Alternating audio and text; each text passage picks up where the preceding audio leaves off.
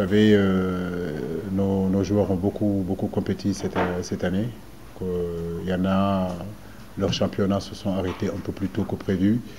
D'autres ont arrêté il y a seulement 3 semaines. Donc il fallait vraiment adapter les entraînements par rapport à leur temps de jeu. On en a profité aussi, comme je l'ai dit la dernière fois, à faire de la cryothérapie qui permet de faciliter la récupération de nos joueurs. Rappel athlétique aussi, donc le match de demain fait partie de notre préparation. Donc, et à partir de la semaine prochaine, en réalité, les choses sérieuses vont commencer, où on enchaînera 2 entraînements par jour et jouer un autre match contre la Croatie et après contre la Corée du Sud. C'est notre premier match de préparation. Donc, comme j'ai eu à le dire tout à l'heure aux joueurs, pour mieux rentrer dans cette Coupe du Monde-là, il faut aborder ce premier match-là et bien le jouer et surtout le jouer pour le gagner.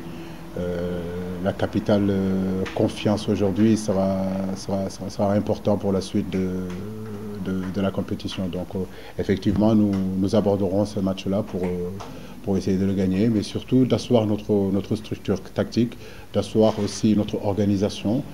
Et ça, c'est à travers les matchs, en tout cas amicaux, qu'on arrivera à les mettre en place. Est-ce qu'on peut avoir un peu les raisons de ce choix? Depuis lundi, toutes les dernières séances ont été à huis clos.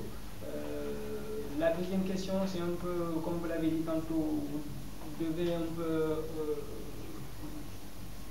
avez évoqué un peu le temps de jeu des joueurs qui n'est pas peut-être le même entre ceux qui ont repris dernièrement, ceux qui ont peu joué ces dernières semaines. Alors, en direction de ce match de demain, est-ce qu'on peut savoir un peu quelle sera un peu l'idée que vous conduirez en tout cas pour ce match? Est-ce que c'est pour donner du rythme à ceux qui ont moins joué ou bien est-ce que c'est pour aller un peu vers l'équipe la plus solide possible? Quelle est un peu la...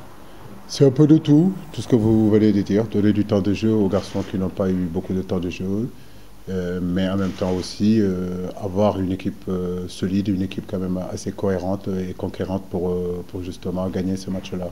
Donc c'est un mélange de tout ça. Donc comme vous le savez, un match international, ça se...